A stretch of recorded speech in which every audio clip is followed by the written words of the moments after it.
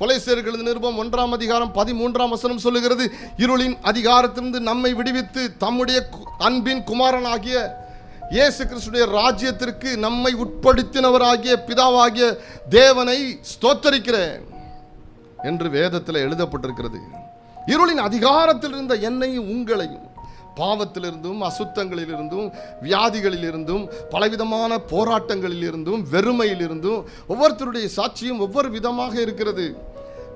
எப்படியோ நம்முடைய மனக்கண்களை திறந்து தான் தான் தெய்வம் என்றும் அவர் உங்களுக்காகவும் எனக்காகவும் தான் தன்னுடைய ஜீவனை கொடுத்தார், ரத்தம் சிந்தினார், எனக்காகவும் உங்களுக்காகவும் ஒரு பெரிய பரலோகத்தையும் ஒரு மகிமையான வாசஸ்தலத்தையும் பெரிய பெரிய கிரீடங்களையும் ஆசீர்வாதங்களையும் நன்மைகளையும் ஒரு நித்திய வாழ்க்கையும் ஒரு எட்டர்னல் லைஃப் முடிவில்லாத ஒரு வாழ்க்கையை நமக்காக வைத்திருக்கிறேன் என்பதையும் குறித்து கர்த்தர் நம்மோடு கூட திட்டம் தெளிவுமாய் இந்த வேதத்தின் மூலமாய் நம் கையில் எழுதி கொடுத்திருக்கிறார்.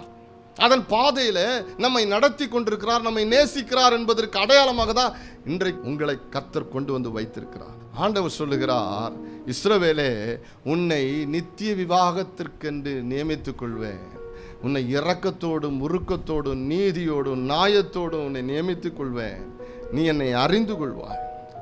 பழைய ஏற்பாட்டிலே கர்த்தர் இஸ்ரவேல் தேசத்தின் மேல் பச்சதாபம் பாராட்டி நேசித்து அன்பு பாராட்டி அதை ஸ்பெஷலாக ட்ரீட் பண்ணி தனக்கென்று தெரிந்து கொண்டதை போல புதிய ஏற்பாட்டிலே சபையை தன்னுடைய மனவாட்டியாக தன்னுடைய வலது பரிசத்தில் இருக்கக்கூடிய ஆபரணங்களினால் அலங்கரிக்கப்பட்ட ஒன்றாக கர்த்தர் நியமித்திருக்கிறார்.